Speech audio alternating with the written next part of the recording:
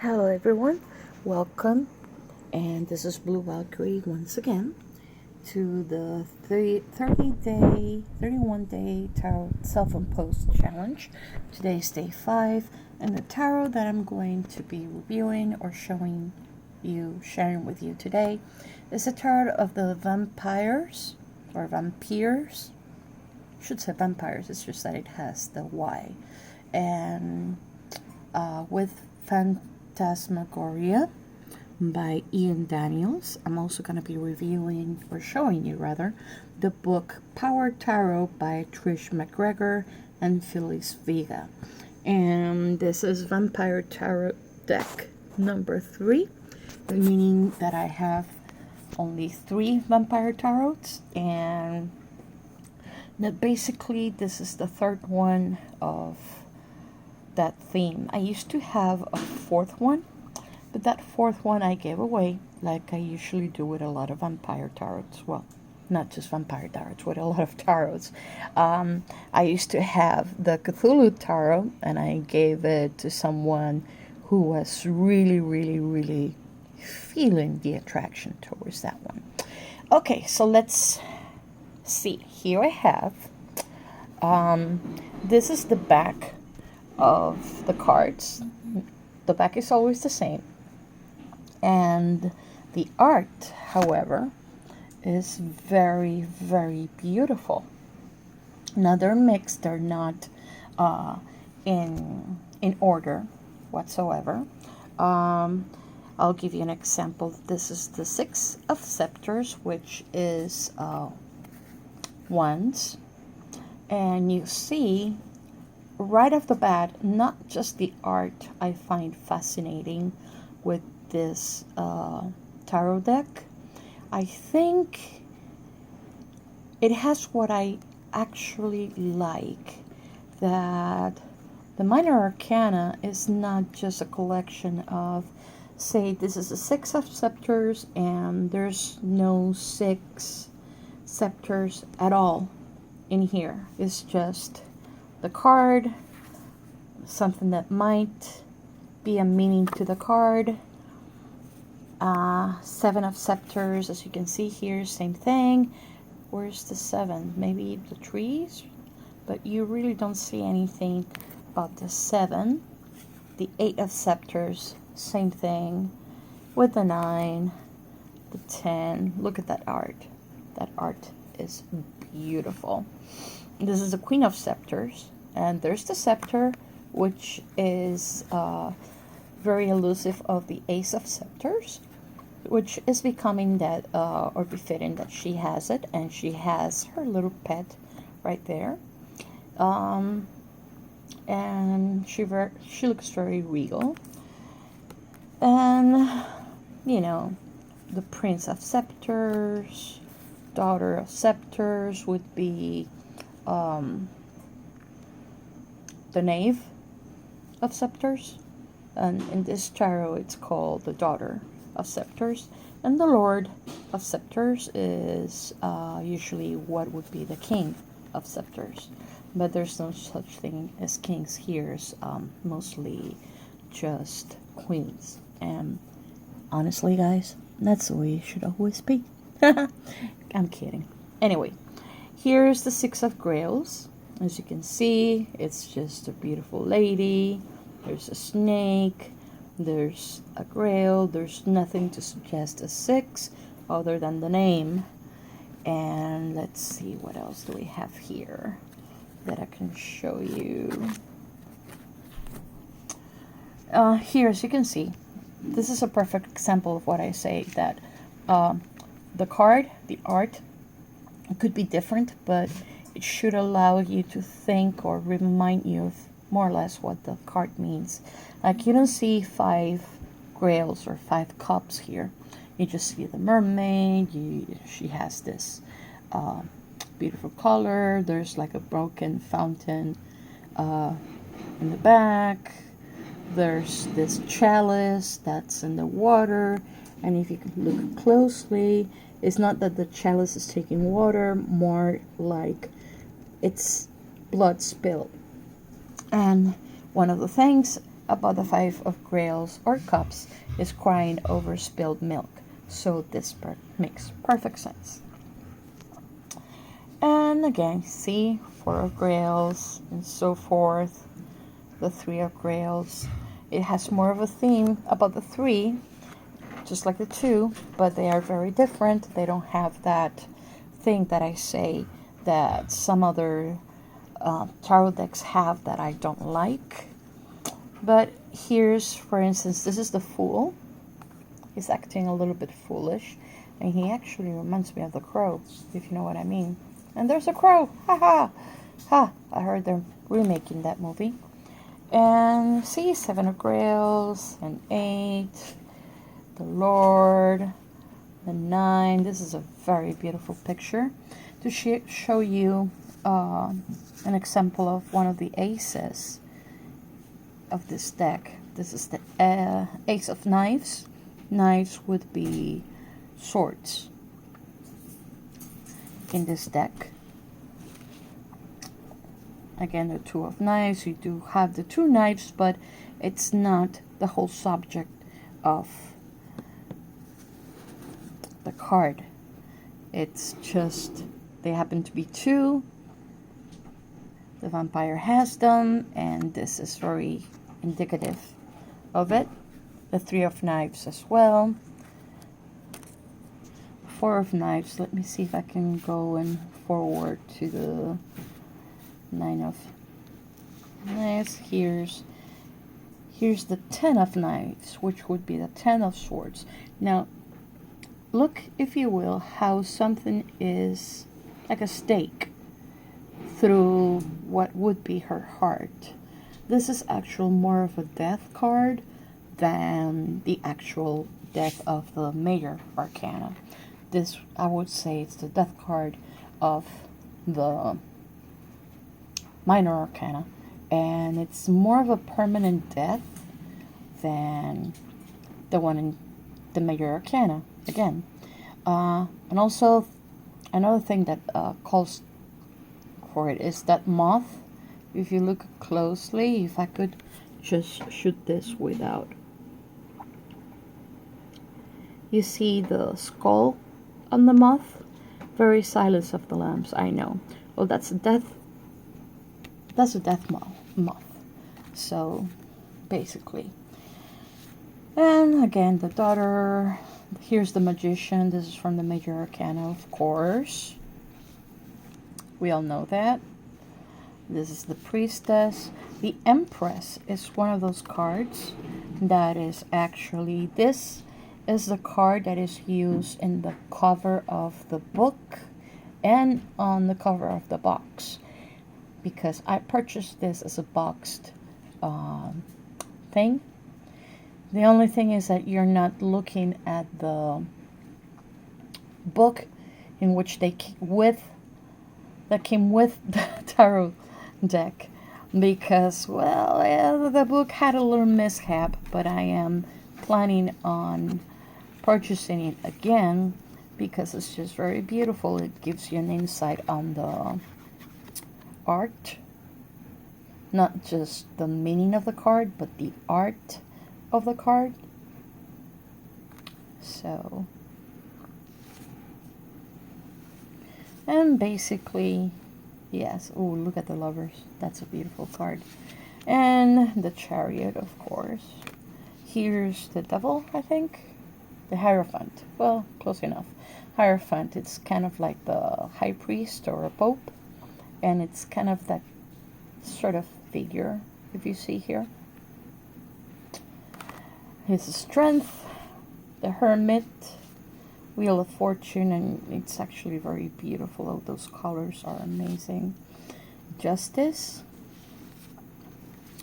the Hanged Man, Death. See, now in the major arcana, you see Death here. She looks like she's in a coffin, an open casket, but actually she kind of is, but it's not so much so death-y, if you know what I mean, if that is a thing. Here's the Devil, which we all know it's not an evil card. It only represents the senses and hedonism and excess and things like that. The Tower, which it's kind of like an iffy card. The Star is very beautiful. The Moon, also very beautiful. I mean, I'm not the Sun. I don't think I have seen, I like her tattoo. I haven't seen a card in this deck that I dislike, in all honesty. And so basically those are the cards. And I usually keep them in, since this is one of the decks I've used the most, I keep it in, I don't have a silk rag, but I use this bandana, and I place it inside the bandana around the deck, alright, like so. I'm not gonna do it now, but yeah, I just cover the bandana, and then I put them in this little wooden box, really pretty. There's a trick to it. This should be the lock of the box. You see there's this very simple mechanism. There's kind of a notch here, and this thing, this clasp, is moved by this little lever here, and the science behind it is that you close it like this, you push back this, and you're not supposed to be able to open it unless there's someone who knows the little trick behind it. It's gonna open there, see? It's just a little bit difficult when you're doing it one-handed. Anyway, and the book I'm going to show you tonight is the Power Tarot, the Trish McGregor and Phyllis Vega. It claims to have more than 100 spreads that give specific answers to your most important questions. I did count. It gives you a little over 100 spreads, but that's okay. I like how they're divided. First off, it tells you, what's gonna happen. It gives you kind of like what's the tarot, what to expect. Here are the contents, from the introduction to what it is, how it works, major arcana, the court cards, the minor arcana. Minor arcana are from 1 to 10. The court cards are from the knave or page to the king or queen. Major arcana, we already know, is from the Fool till, not Judgment, World. The World, that's the last one. Okay, but there's a thing.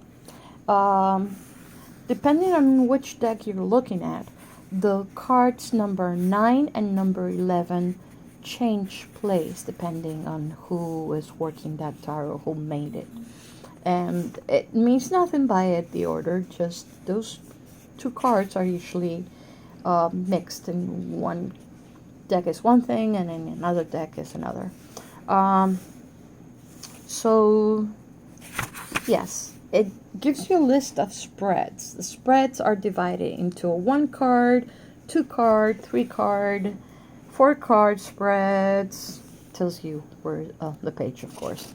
6 cards, 5 cards, 7 cards, 8 cards, and so forth, until they have the biggest one, which is a 24 cards, which is a double horoscope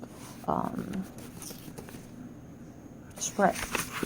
So like I said, it has the introduction, has various amount of questions that are very good for you to, and a lot of people do ask a lot of these questions, like, if a reading doesn't make sense, what to do, should I read a reverse card or not, how to care for it, how to prepare it, how to cleanse it or clear it, and that's something that's very, very important to do. How does it compare with other divination tools or other oracles? I'm going to show you in one of these days. I'm going to show you one of the oracles that I have that are not tarot oracles, because they're not the 78 cards.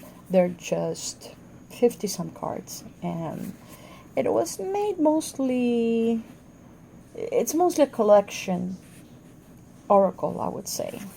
So anyway, here, for example, the Mega Arcana usually it's called here by key numbers.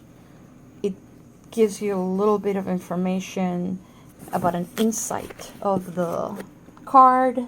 It tells you in a reading, if it appears on a reading, what it means. If the reading is regarding work, if it's regarding romance or finances or even health, spirituality, and empowerment tidbit about it. And it does that with everyone. It tells you also about the archetypes, the court cards, as well as the others, and again keeps with the same process. What are the pages in the within the court cards? The page of wands and so forth, and they do the same thing. Page of cups, and they keep doing it. And in the minor arcana, the rest of the cards, they keep doing the same thing. And they actually have somewhere in the back here, they even have a table how to learn those better. And when you go to the spread section, see the spreads, it's very interesting because it shows you, for instance, the 3 card spreads. They show you this one, they show you this one, and this one, this one, this one, this one, this one. They show you a lot. And sometimes the position of the cards are one next to another. And you see, for example, here's the past, present, future spread. And the other one was quickie number 3, which is the issue, the present circumstances, and the future, which is more or less the same thing under different ways of asking. Like, for instance, here's Nancy's spread. It's a 3-card spread. See how they're positioned. And here, in what's happening spread, it's more or less the same, but instead of being 1, 2, and 3, it's 1, 2, 3. But basically, you know, they're just ways to, different ways to approach a question. Like, for example, here I noted here's a wish spread. There's also been a relationship spread somewhere. Here. Here's a relationship, an ongoing relationship spread. And here's another relationship spread, which is more of almost like a cross, or like, I'm not gonna say like a hammer, but like an axe. Yeah, has some sort of that shape. Anyway, so this has been today's video, and tomorrow I am going to start with other, since I am done with the vampire decks, tomorrow I'm going to start with the Crowley decks. And because I think I repeated one of the books that I showed you, I am going to do the same deck, different sizes, and the 2 books that you can use with them. So again, this was Blue Valkyrie. Remember to check out the previous Gothic Tarot of Vampyres deck, and the previous one, which was also on day 3, was also a vampire tarot. I hope you guys enjoy this. I am sorry for being such a bad person behind the camera. That was my Scotty. Hi, Scotty. We know you're there. Bye, Scotty. Bye, everyone. Good night.